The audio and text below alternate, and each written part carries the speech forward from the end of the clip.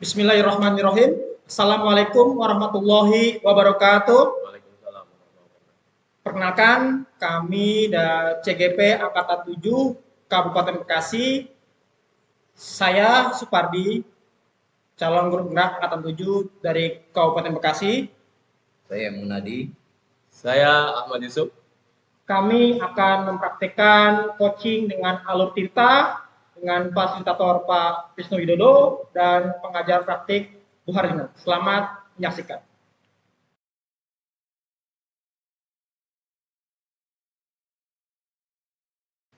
Selamat pagi Pak Munadi. Selamat pagi Pak Supardi. Apa kabar dari semuanya? Alhamdulillah semua sehat Pak Supardi. Oke. Bagaimana Pak Ari kabarnya? Sehat semua? Alhamdulillah baik Pak Munadi. Oke, saya sebagai observer nanti akan mengobservasi coaching dari Pak Munadi. Kira-kira nih, apa sih yang Pak Munadi siapkan untuk coaching kali ini? Alhamdulillah untuk pelaksanaan coaching yang akan saya lakukan pada hari ini, saya sudah mempersiapkan terutama tentang alur tirta Pak ya. Jadi dalam nanti meng-coaching coaching ini saya menggunakan alur tirta yang mana terdiri dari ada tujuan, identifikasi, ada aksi nyata dan juga tanggung jawab seperti itu Pak. Aksi. Iya, rencana aksi. Oke, kira-kira nih dari alur tirta itu kompetensi atau indikator ketercapaiannya mau seperti apa nih? Harapan saya dari coaching saya ini pada terhadap coaching, saya ingin satu menggali ya kompetensi yang ada di coaching. Ya terutama saya ingin menghadirkan sepenuhnya kesiapan coaching. Yang kedua, insya Allah nanti saya akan menanyakan beberapa pertanyaan yang berbobot yang memancing, menggali potensi yang ada di diri coaching tersebut. Dan yang terakhir saya dalam coaching ini saya juga memberikan membantu rasa nyaman ketika coach ini mendapatkan atau berada dalam suatu masalah seperti itu Pak. Selamat lakukan coaching Pak Munadi. Siap Bapak, terima kasih.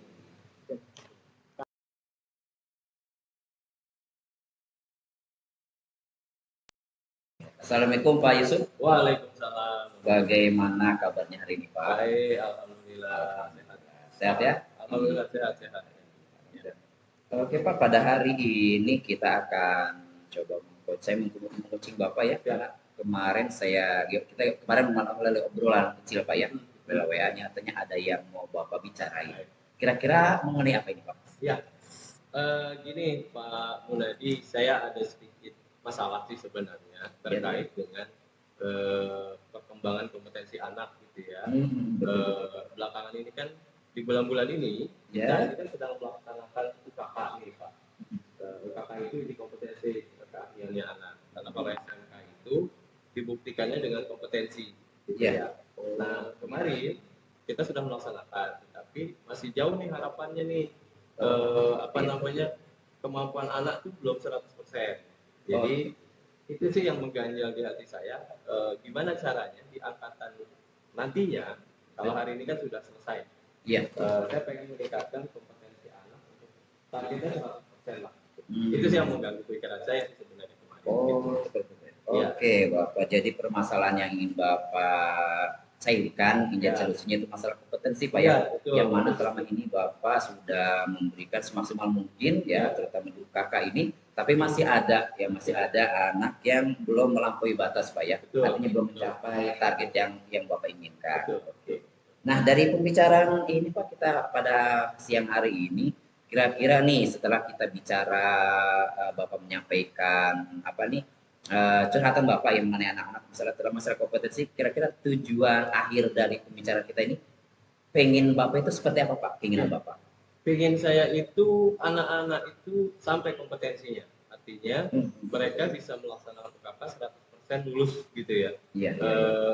Lulusnya itu kan dibuktikan dengan sertifikat dari BNSP atau sertifikat Garuda kita bilang, sehingga anak-anak ketika lulus punya pengakuan dari dunia industri sehingga mereka itu bisa masuk ke dunia kerja.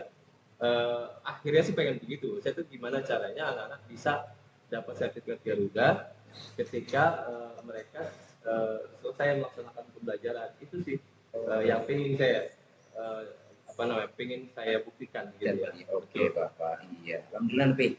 Jadi Bapak semangat tinggi sekali Pak, bagus ingin mencetak anak-anak kita, Bapak sendiri ingin mencapai target ya, karena pengen dapat BNSP dari kementerian ya minimal mereka bisa diterima di berbagai perusahaan Bapak ya. Oke.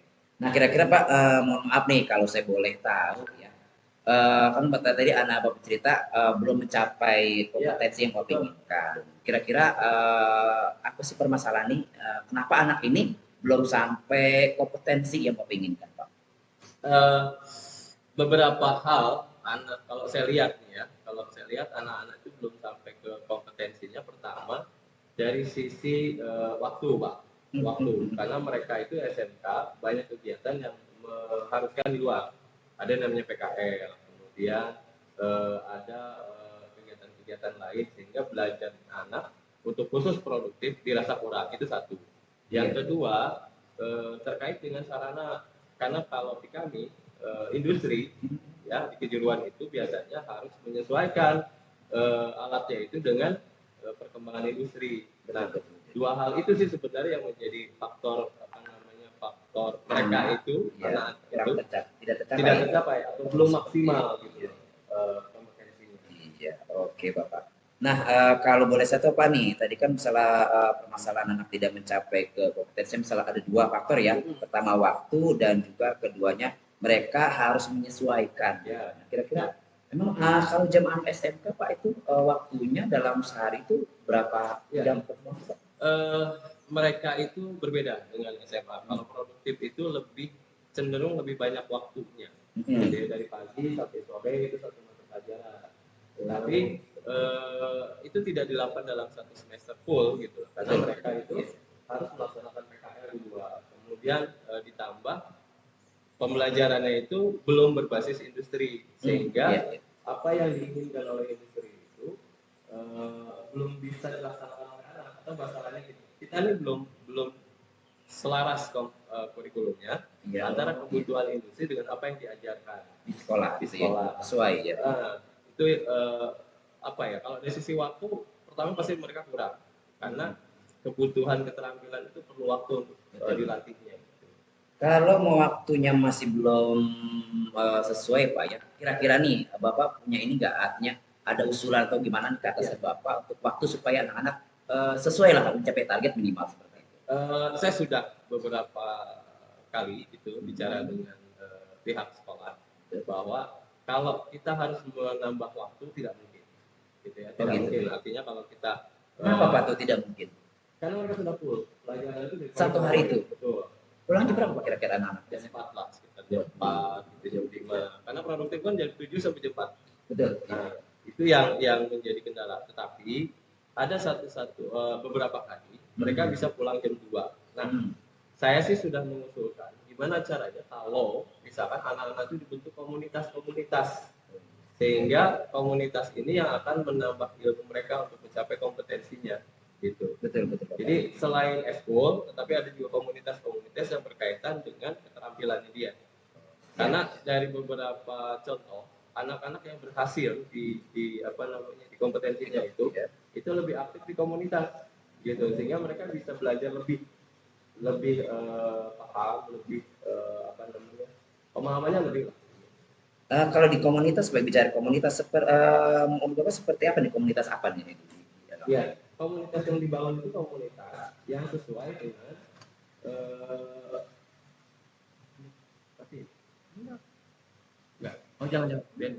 komunitas yang sesuai dengan keilmuan.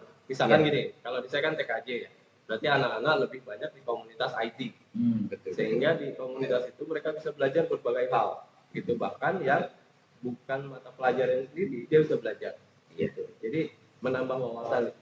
Oke, Bapak. Nah, dari yang tadi saya tangkap ya, dari permasalahan kenapa anak ini tidak mencapai target kompetensi, pertama Bapak tadi sudah menjelaskan masalah waktu ya. Mungkin waktu ini ditambah kembali karena memang anak sudah full banget Pak ya, dari jam 7 sampai jam 4. Sian juga Pak ya, satu hari full gitu ya. Tapi ini targetnya masih belum juga tercapai Pak.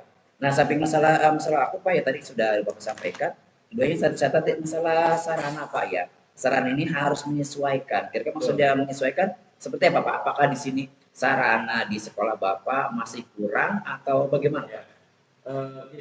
Kebutuhan di industri itu perkembangannya cepat. Betul. Sehingga teknologi itu bisa berganti, cepat sekali berganti. Sedangkan sekolah itu ada keterbatasan anggaran yang nggak bisa kita lewati. Jadi kalau kita harus beli alat itu butuh anggaran besar dan sekolah belum bisa sampai ke sana. Nah, itu yang menjadi faktor anak itu belum bisa beradaptasi sehingga kompetensinya nggak nyampe. Gitu. Betul. Jadi industri itu terkadang ketika menerima anak SMK belum sesuai harapan karena mereka itu belum diajarkan dengan materi-materi baru, mesin-mesin baru. Karena canggih teknologi itu berubah begitu cepat. Gitu anak-anak masih belajar di proses yang lama. Mungkin dengar ya, terkendalanya belum sampainya kompetensi yang Bapak inginkan Pak ya. Oke.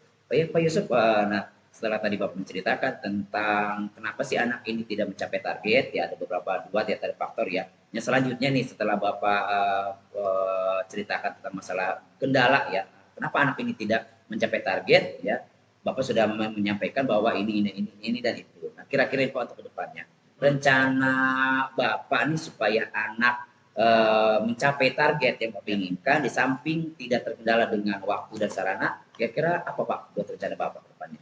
Rencana saya ini pertama menggali potensi anak sesuai minat dan bakatnya dulu. Oke. Iya.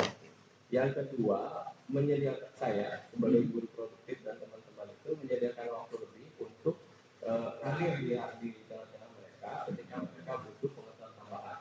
Jadi tidak terkait dengan school, tidak terkait dengan komunitas dan sebagainya. Artinya kita hadir nih, kita bisa ngasih jawaban ke anak ketika mereka dalam posisi tidak paham. Gitu. Nah, yang ketiga, saya akan menambah wawasan atau mengupgrade guru-guru rekan kerja itu sehingga kompetensinya sesuai dengan apa yang dibutuhkan industri. Jadi ada peningkatan kompetensi ke guru-gurunya.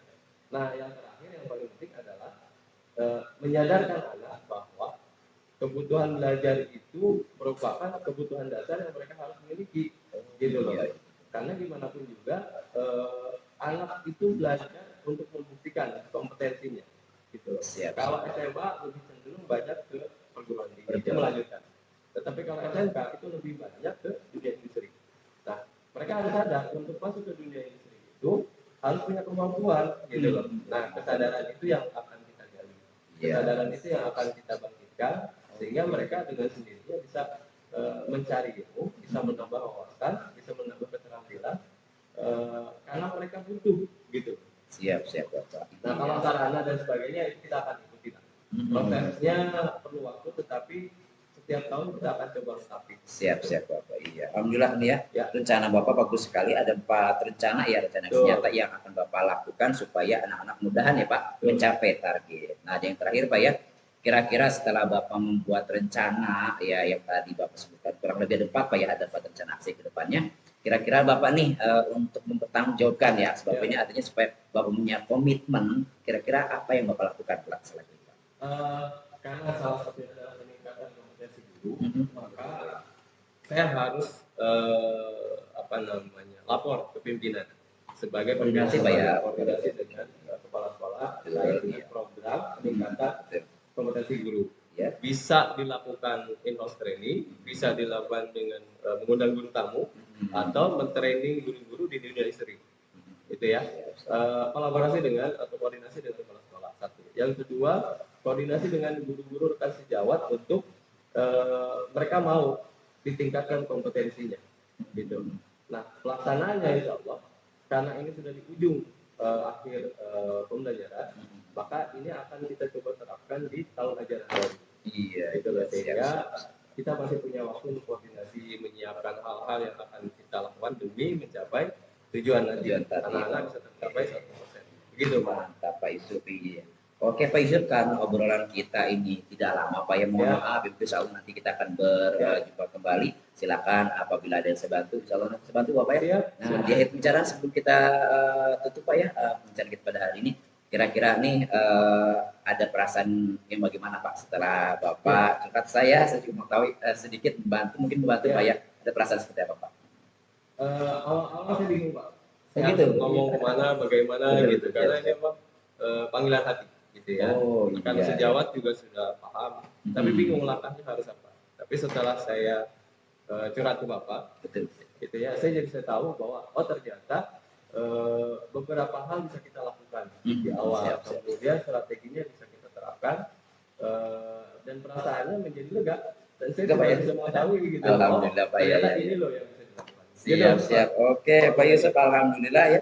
Hari ini percakapan kita cukup berbobot Pak ya. Bapak juga mau mengungkapkan permasalahan Bapak. Ya alhamdulillah nih ya. Terus saya tunggu Pak ya. Saya tunggu aksi Bapak nih yang tadi menceritakan bagaimana hasilnya. Siap. Pak, dari saya Pak ya. Terima kasih. Tetap sehat, semangat Pak Yusuf. Assalamualaikum dari saya Pak. Waalaikumsalam.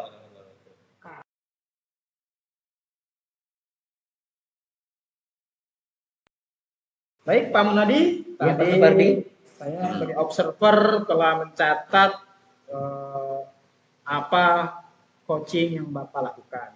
Yang pertama yang saya catat, Bapak sudah menggunakan alur tirta. Tujuannya jelas, identifikasinya dapat, rencana aksinya tadi sudah bagus, dan tanggung jawab aksinya juga sudah mulai ditunjukkan gitu ya. Selanjutnya, apa sih yang sudah dilakukan Pak Munadi dari coaching tadi? Nah, yang saya dapatkan dari Pak, saya merasa alhamdulillah ya ada perasaan senang Pak ya, karena dapat membantu coaching yang sedang ada masalah. Tapi bukan membantu memberikan solusi ya, tapi saya terus menggali potensi yang ada di coaching dengan mengajukan beberapa pertanyaan Pak, gitu seperti itu. Terus selanjutnya, nah setelah tadi Bapak berdialog dengan coaching merasa lega, sudah mendapatkan apa yang dia inginkan, sudah menggali potensi. Lalu apa sih kira-kira yang tadi Bapak rasakan kurang dalam coaching tadi, Pak? Apa sih kurang Pak ya? Kurang terutama masalah waktu Pak. Iya, karena waktu kita ini sangat terbatas dan mungkin tadi saya lihat juga ada Pak Yusuf juga ada kegiatan juga dan juga saya mungkin juga ada kegiatan. Mungkin tadi saya mungkin kurang lebih antara 15 sampai 20 menit Pak ya kita berbincang-bincang mengenai permasalahan yang dihadapi oleh coaching oleh Pak Yusuf sendiri. Insya Allah nanti kita akan membuat pertemuan lagi Pak ya. Saya ingin melihat nanti ini aksi yang diungkapkan oleh Pak Yusuf karena tadi beliau ini menyampaikan untuk mencapai target beserta didiknya beliau mengadakan atau merencanakan beberapa aksi nyata yang akan beliau sampaikan. Itu kan kalau nanti kita ketemu lagi Pak akan berbicara lagi tentang aksi nyata yang dia lakukan sampai di mana nih hasilnya. Seperti itu Pak. Oke, Pak Munadi selamat sudah melakukan coaching. Bapak. Terima kasih masukannya Pak. Iya. Sama-sama. Ya, makasih Pak.